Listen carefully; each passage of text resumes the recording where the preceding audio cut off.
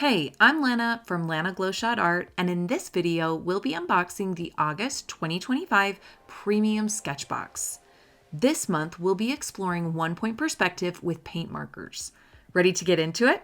Let's go. The surface in this month's box is the Clairefontaine Bristol Pad, an extra white, ultra smooth paper that's ideal for bold, detailed work, making it perfect for both paint markers and technical drawing. Next, we have the SketchBox Signature Paint Marker Set with 6 vibrant colors. Acrylic paint markers give you the rich opacity of acrylic paint with the control of a pen. And these markers in particular have a flexible brush tip so you can vary your line weight just by changing your pressure. Use a light hand for fine lines and delicate details, and heavier pressure for bold, juicy marks. And while I won't be demonstrating it in this video, you can use these markers on glass, wood, and they work beautifully for hand lettering and calligraphy. Here I'm going to show you how to mix these vibrant colors to expand your palette, especially to create neutrals. Start by uncapping both pens you're going to use. This process moves quickly, and once the paint is dry, it's permanent. Next, apply one color on the left, feathering the edge as you go, and then add the second color on the right. While the paint is still wet, you can work back and forth with both markers to create a smooth gradient. You also can layer them evenly, as I'm doing in the circles on the right, for that flat, even color. This is a great way to get familiar with your colors. And as you're mixing neutrals, think about complementary pairs like red and green or blue and orange. You can also deepen your neutrals by adding a touch of brown. Next, we have 2 pigment real brush pens in ochre and lilac. These pens also feature a brush tip, but it comes to a finer point and offers a more painterly feel, giving you the option to create both expressive strokes and really precise lines. The ink is light-fast, archival, and designed to last, which is great for your artwork that you want to preserve. The lilac has a deeper value than any of the colors in your SketchBox Signature set, which will add some more dimension to your piece. And these colors mix beautifully with your other paint markers. Here I'm blending the lilac with the SketchBox Signature Lavender to create a nice range of purple tones. We have one more really special paint marker for you, the Posca Paintbrush Marker in Gold. This marker features actual synthetic bristles, so it feels just like using a traditional paintbrush. And the shimmery gold adds a beautiful finish for your piece. To activate the pen, start by giving it a good shake for a few seconds. Then remove the clear plastic cap on the back, then gently begin pumping the barrel to pull paint into the bristles. Take it slow. You don't want too much paint rushing out all at once, and it might take a few rounds of pumping the pen to get it going, especially the first time. But once you get that steady flow, start playing around with all the different marks that you can make with this brush pen. Explore your pressure and playfully move the brush around the page. Continuing with these playful exploratory marks, let's create a neurographic doodle. Neurographic art is a meditative drawing practice that begins with a loose, organic line across your page. Here, I started with brown, and I made sure that the lines overlap frequently, creating lots of different shapes on my page. I also varied the weight as I danced across the surface. When I started filling in my shapes, I had forgotten that I had just used this orange to blend with the brown, so there was still some brown on the tip. This resulted in a more muted orange in this shape, but by the time I moved to one of my other shapes, the orange was much cleaner and more vibrant. If you're in a situation where you lay down a color that you weren't expecting, you can roll with it like I did, or you can wait for it to dry and come over the top with an opaque second coat of color, and you'll be able to cover everything up. Continue to move around your neurographic piece, playing around with some of the different techniques that we've talked about. Here I am blending the magenta color with the lavender color to create this nice gradient. And then I pop around throughout the piece and add this magenta color throughout. When I am building a color scheme, as I'm doing here, I usually use one color in several spots throughout my composition before I switch over to another one. This helps me make sure everything is balanced. Here I'm working with the Posca pen again, and the gold is a little bit different in its opacity than the other colors. It's a bit more shimmery and more transparent. So as you're using it to layer, keep this in mind. It's not going to completely eliminate the color behind it, but it can richly enhance and add shimmer as you apply color over the top. I'm also using both real brush pens throughout the composition to help me continue to build out my color scheme. Filling in these organic, interesting shapes is a great warm-up and a great way to gain more control over these new materials.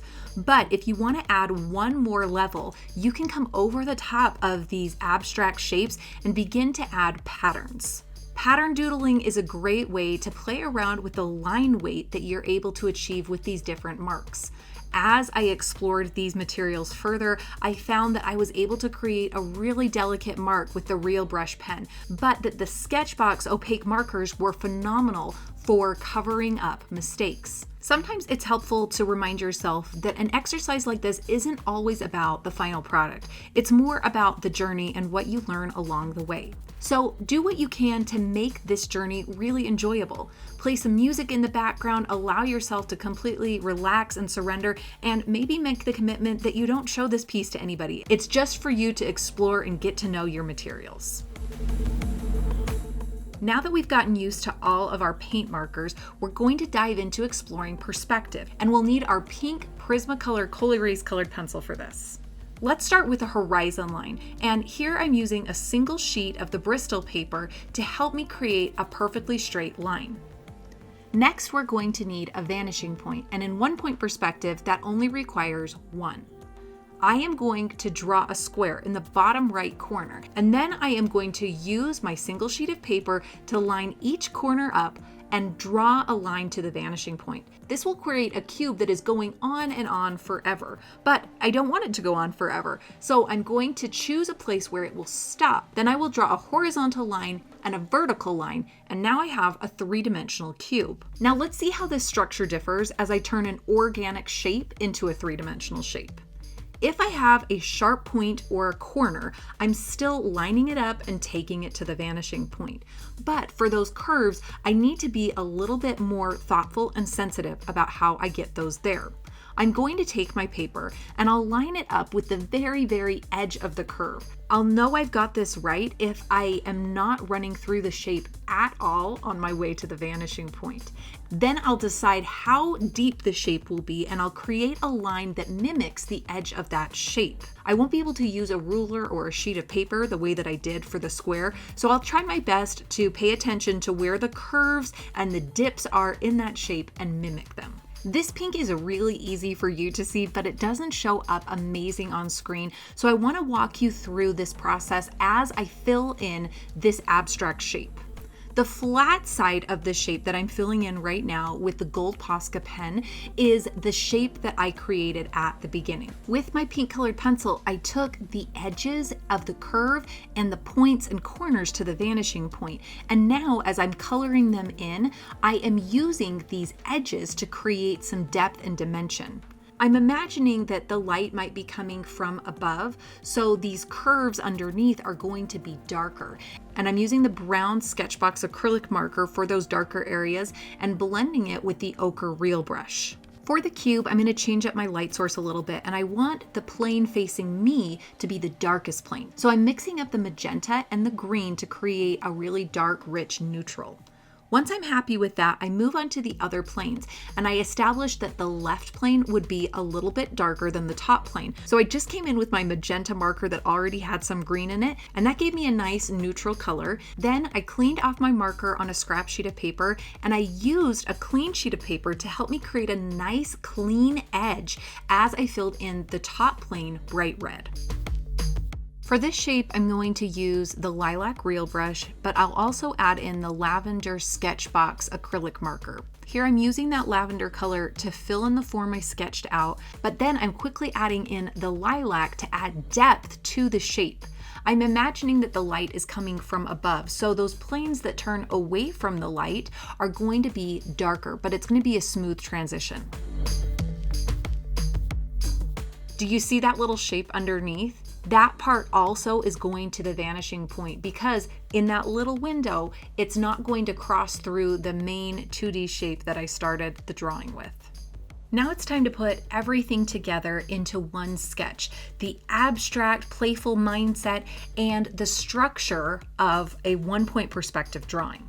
Here I am creating a variety of abstract shapes that are inspired by musical instruments, specifically the cello. When you're creating abstract shapes, you don't have to make everything up out of your head. You can look around your space for inspiration or lean into your passions or hobbies. If I want to turn this shape into a three-dimensional object, I'm going to take the edges of the curves and the points and corners all to the vanishing point and then close them off with lines that mirror those shapes.